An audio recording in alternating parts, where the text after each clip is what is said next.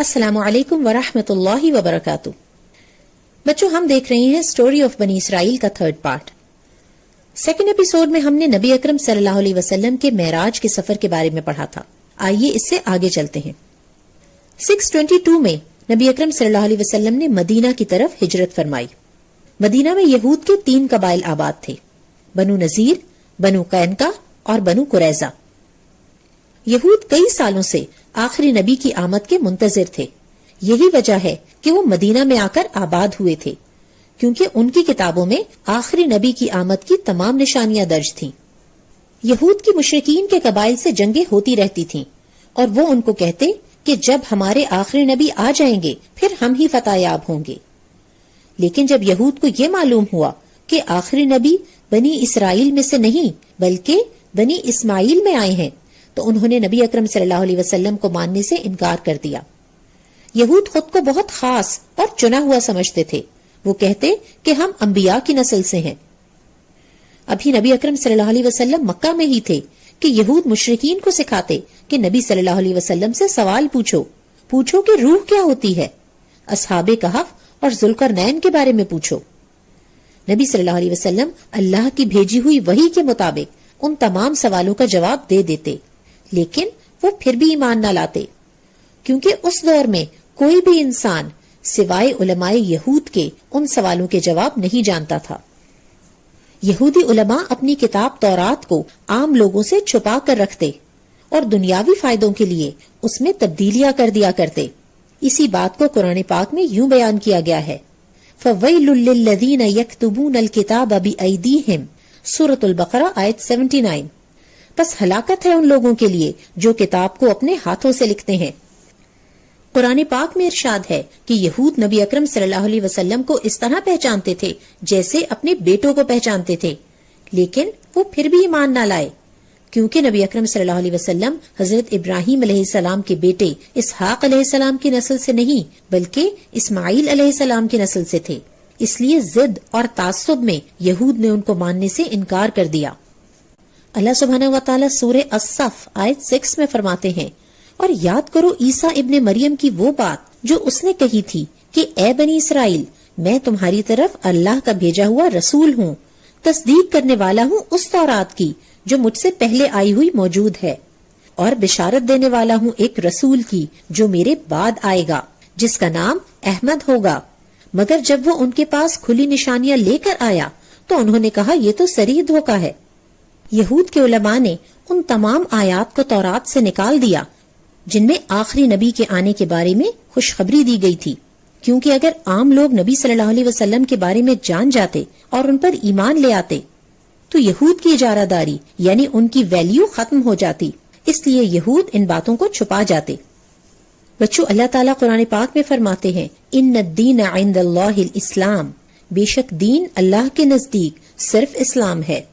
تمام انبیاء جو دنیا میں بھیجے گئے سب کا دین اسلام تھا۔ مختلف انبیاء پر عبادت کا طریقہ تو مختلف نازل ہوتا رہا ہے، مثلا نماز، روزہ یا دیگر عبادات کا طریقہ، لیکن دین ہمیشہ سے ایک ہی رہا ہے اور وہ اسلام ہے۔ آپ کو معلوم ہوگا کہ ہر نبی ایک خاص قوم اور ایک خاص وقت کے لیے بھیجے گئے، لیکن نبی اکرم صلی اللہ علیہ وسلم جو کہ آخری نبی ہیں، آپ صلی اللہ علیہ وسلم کی رسالت قیامت تک کے لیے ہے، اور آپ صلی اللہ علیہ وسلم کی نبوت کے بعد پچھلے تمام الہامی ریلیجنز کے فالوورز کے لیے یہ ضروری ہے کہ نبی اکرم صلی اللہ علیہ وسلم پر ایمان لائیں، اور یہی بات ان کی کتابوں میں بھی لکھی ہوئی تھی۔ مسلمان ہونے کی یہ لازم شرط ہے کہ ہم پچھلے تمام انبیاء پر ایمان لائیں، ان کا اکرام کریں۔ اسی طرح پچھلی تمام کتابوں پر ایمان لانا بھی ایک مسلمان کے لیے لازم ہے۔ لیکن اللہ سبحانہ و تعالیٰ نے پچھلی کتابوں میں یہ بتا دیا تھا کہ جب نبی اکرم صلی اللہ علیہ وسلم مبعوث ہوں گے تو پچھلے انبیاء کی شریعت محذوف یعنی کینسل ہو جائے گی، یعنی اب یہود و نصارہ کے لیے یہ لازم ہے کہ نبی صلی اللہ علیہ وسلم پر ایمان لائیں۔ اب قیامت تک نبوت صرف نبی صلی اللہ علیہ وسلم کی ہے، قیامت تک کتاب صرف قرآن ہے، اور قیامت تک قبلہ صرف کعبہ ہے۔ بچوں، جب نبی صلی اللہ علیہ وسلم مدینہ تشریف لائے تو آپ صلی اللہ علیہ وسلم نے یہودی قبائل کے ساتھ معاہدے کیے، لیکن انہوں نے اپنی عادت کے مطابق معاہدوں کی خلاف ورزی کی، جس پر انہیں مدینہ سے باہر نکال دیا گیا۔ جب تک نبی صلی اللہ علیہ وسلم مکہ میں تھے، آپ صلی اللہ علیہ وسلم خانہ کعبہ کی طرف رخ کر کے نماز پڑھتے، لیکن جب آپ صلی اللہ علیہ وسلم مدینہ تشریف لائے تو آپ صلی اللہ علیہ وسلم کو حکم ہوا کہ خانہ کعبہ کی بجائے بیت المقدس کی طرف رخ کر کے نماز پڑھیں۔ آپ صلی اللہ علیہ وسلم اور آپ صلی اللہ علیہ وسلم کے صحابہ کرام 17 ماہ تک بیت المقدس کی طرف رخ کر کے نماز پڑھتے رہے۔ ایک دن نماز کے دوران حضرت جبرائیل علیہ السلام وحی لے کر نازل ہوئے اور بیت المقدس کی بجائے مسجد حرام کو ہمیشہ کے لیے مسلمانوں کا قبلہ مقرر کر دیا گیا۔ اس طرح سے بنی اسرائیل کی فضیلت ختم کر دی گئی۔ اب موسیٰ علیہ السلام کی شریعت کے بجائے نبی صلی اللہ علیہ وسلم کی شریعت پر قیامت تک عمل ہوگا، اور قیامت تک سب کا قبلہ مکہ مکرمہ میں واقع بیت اللہ مسجد حرام ہوگا۔ نبی صلی اللہ علیہ وسلم کے اس دنیا سے تشریف لے جانے کے بعد 637 میں مسلمان فوجیں یروشلم کی طرف بڑھیں۔ جب محاصرہ طویل ہونے لگا تو ایک دن عیسائی علماء شہر کی دیوار پر آئے اور کہنے لگے کہ یہ شہر سیلف سفیشینٹ ہے، اگر آپ قیامت تک بھی بیٹھے رہیں تو اسے فتح نہیں کر سکتے۔ ہاں، یہ شہر فتح ہوگا مگر ایک درویش بادشاہ کے ہاتھوں، مگر وہ آپ میں نظر نہیں آتا۔ اس وقت فوج کے کمانڈر حضرت ابو عبیدہ بن جراح تھے۔ انہوں نے حضرت عمر رضی اللہ کو پیغام بھیجا کہ آپ آ جائیں تو یہ شہر فتح ہو جائے گا۔ حضرت عمر رضی اللہ اپنے ایک خادم کے ساتھ روانہ ہوئے۔ 700 میل کا سفر تھا۔ حضرت عمر رضی اللہ اونٹ پر سوار ہوتے تو خادم پیدل چلتا، پھر خادم سوار ہوتا تو حضرت عمر رضی اللہ اونٹ کی نکیل پکڑ کر چلتے۔ جب یروشلم میں داخلے کا وقت آیا تو اس وقت خادم کے سوار ہونے کی باری تھی۔ وہ اصرار کرنے لگا کہ آپ سوار ہو جائیں، مگر حضرت عمر رضی اللہ نہ مانے اور اس حال میں وہاں پہنچے کہ خادم اونٹ پر سوار ہے اور 22,000 مربع میل کے مالک خلیفہ وقت امیر المومنین حضرت عمر فاروق رضی اللہ ایک ہاتھ میں اونٹ کی نکیل پکڑے اور دوسرے ہاتھ میں اپنے جوتے پکڑے شہر میں داخل ہوئے۔ کہا جاتا ہے کہ ان کے لباس پر 14 پیوند تھے۔ ان کے علماء نے جب دیکھا کہ درویش بادشاہ آ گیا ہے تو شہر کی چابیاں ان کے حوالے کر دیں۔ اس طرح یہ شہر بغیر کوئی خون بہائے فتح ہو گیا۔ جب وہاں نماز کا وقت آیا تو عیسائیوں کے پوپ سوفرانیس نے حضرت عمر رضی اللہ کو چرچ میں نماز پڑھنے کی دعوت دی، لیکن حضرت عمر رضی اللہ نے فرمایا کہ اگر میں نے یہاں نماز پڑھی تو مسلمان اسے مسجد بنا لیں گے۔ آپ نے پوچھا کہ نبی صلی اللہ علیہ وسلم نے معراج کے موقع پر کہاں نماز ادا کی؟ چنانچہ آپ قبلہ کی جانب گئے اور فاتحین صحابہ کے ساتھ وہاں نماز ادا کی۔ پھر وہاں ایک عارضی مسجد تعمیر کرنے کا حکم دیا جس کا نام مسجد عمر ہے۔ فتح کے وقت حضرت عمر رضی اللہ نے عیسائیوں کے ساتھ ایک معاہدہ کیا جسے میثاق عمر کہتے ہیں۔ اس کے مطابق عیسائیوں اور یہودیوں کو وہاں مکمل مذہبی آزادی حاصل ہے اور ان کو اپنے مقدس مقامات کی زیارت کرنے کی اجازت دی۔ اس طرح وہ یہود جو 70 عیسوی میں رومن جنرل ٹائٹس کے حملے کے بعد یروشلم سے نکالے گئے تھے، اب حضرت عمر رضی اللہ کے معاہدے کے بعد انہیں تقریباً 500 سال بعد یہاں داخلے کی اجازت ملی۔ لیکن عیسائیوں نے یہ بات بھی لکھوائی کہ یہود کو کسی بھی صورت یروشلم میں آباد ہونے کی اجازت نہیں ہے، وہ اپنے مقدس مقامات کی زیارت کر کے یہاں سے چلے جایا کریں گے۔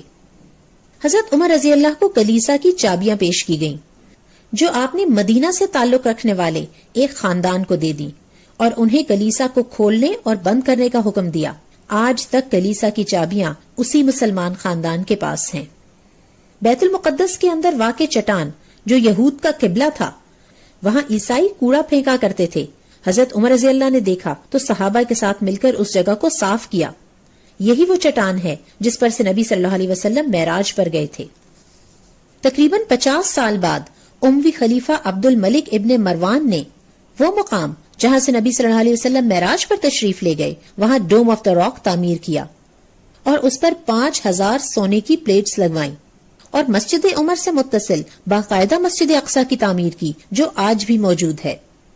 اس کے بعد تقریباً 450 سال تک یروشلم مسلمانوں کے ہاتھوں میں رہا، لیکن 1099 میں عیسائیوں نے اکٹھے ہو کر حملہ کیا اور کروسیڈز کے نام پر بہت خوفناک جنگیں ہوئیں جن میں بے پناہ مسلمان شہید ہوئے اور قدس عیسائیوں کے ہاتھوں میں چلا گیا۔ وہ بیت المقدس جو مسلمانوں نے ایک بھی قطرہ خون کا بہائے بغیر فتح کیا تھا، جب وہ عیسائیوں نے حاصل کیا تو خون کی ندیاں بہا دیں۔ تاریخ میں یہ بات لکھی جاتی ہے کہ کروسیڈرز بیت المقدس میں داخل ہوئے تو ان کے گھوڑوں کے گھٹنوں تک خون تھا۔ 78 ایئرز تک بیت المقدس عیسائیوں کے پاس رہا، لیکن پھر اسے صلاح الدین ایوبی نے فتح کیا۔ 1187 سے 1917 تک تقریباً 700 سال تک بیت المقدس پھر مسلمانوں ہی کے پاس رہا۔ مسلمانوں نے نہ صرف عیسائیوں کے لیے بیت المقدس کے دروازے کھلے رکھے بلکہ یہودیوں کو بھی اپنے مقدس مقامات کی زیارت کی اجازت دی، لیکن معاہدہ عمر کے مطابق یہودی وہاں آباد نہیں ہو سکتے تھے۔ اس عرصے میں القدس مختلف مسلمان حکومتوں کی نگرانی میں جاتا رہا۔ جب فلسطین سلطنت عثمانیہ کا حصہ بنا تو یہود نے بہت کوشش کی کہ سلطان عبد الحمید کو بہت بڑے تحائف پیش کر کے یہود کو وہاں آباد ہونے کی اجازت لے سکیں، مگر انہوں نے معاہدہ عمر کو جاری رکھا اور کسی صورت میں یہود کو وہاں آباد ہونے کی اجازت نہ دی، جس پر برطانیہ کے ساتھ مل کر سلطنت عثمانیہ کو ختم کر دیا گیا اور یروشلم برطانیہ کے قبضے میں چلا گیا۔ برطانیہ نے بیلفور ڈیکلریشن کے ذریعے جیوز کو فلسطین میں آباد ہونے کی اجازت دے دی۔ اس وقت اس کا کچھ حصہ مسلمانوں اور کچھ یہودیوں میں تقسیم کیا گیا تھا، مگر 1967 کی عرب اسرائیل جنگ میں یہود ایک بڑے حصے پر قابض ہو گئے۔ اب یہود اپنی زائونسٹ تحریک کے ذریعے تمام فلسطین پر قبضہ کرنا چاہتے ہیں۔ قبۃ الصخرہ کو گرا کر ہیکل سلیمانی تعمیر کرنا چاہتے ہیں، جسے تھرڈ ٹیمپل کا نام دیا جاتا ہے، کیونکہ ان کے خیال میں اس کی بنیادوں میں اب بھی وہ پتھر موجود ہیں جہاں حضرت سلیمان علیہ السلام نے ہیکل تعمیر کیا تھا۔ وہ چاہتے ہیں کہ اپنے ساتھ کے عرب ممالک پر قبضہ کر کے گریٹر اسرائیل قائم کریں، اور یہ ان کا عقیدہ ہے کہ ہیکل سلیمانی کی ایک دیوار جو اب بھی قائم ہے، جسے یہ دیواری گریا کا نام دیتے ہیں، وہاں موجود دروازے بابر الرحمہ سے ان کا بادشاہ آئے گا اور اس کے پیچھے تمام مردے اٹھ کھڑے ہوں گے۔ وہ تھرڈ ٹیمپل میں کنگ ڈیوڈز تھرون یعنی حضرت داؤد علیہ السلام کا تخت رکھنا چاہتے ہیں، جس پر ان کا بادشاہ بیٹھے گا۔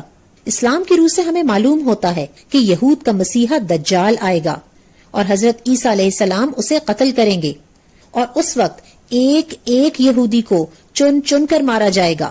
وہ جس چیز کے پیچھے چھپیں گے وہ اللہ کے حکم سے بولے گی کہ میرے پیچھے یہودی ہے، اسے قتل کرو، سوائے ایک درخت کے جس کا نام غرقد ہے، اور یہود یہ درخت کثرت سے لگا رہے ہیں۔ یہ انجام ہوتا ہے اس قوم کا جو اللہ کے احکام کو اور اس کی کتاب کو چھوڑ دیتی ہے۔ اگر ہم چاہتے ہیں کہ ہم پر اللہ کے انعامات کا سلسلہ قائم رہے تو اللہ کے احکام پر عمل کرنا ہوگا۔ تو یہ تھی بنی اسرائیل کی کہانی۔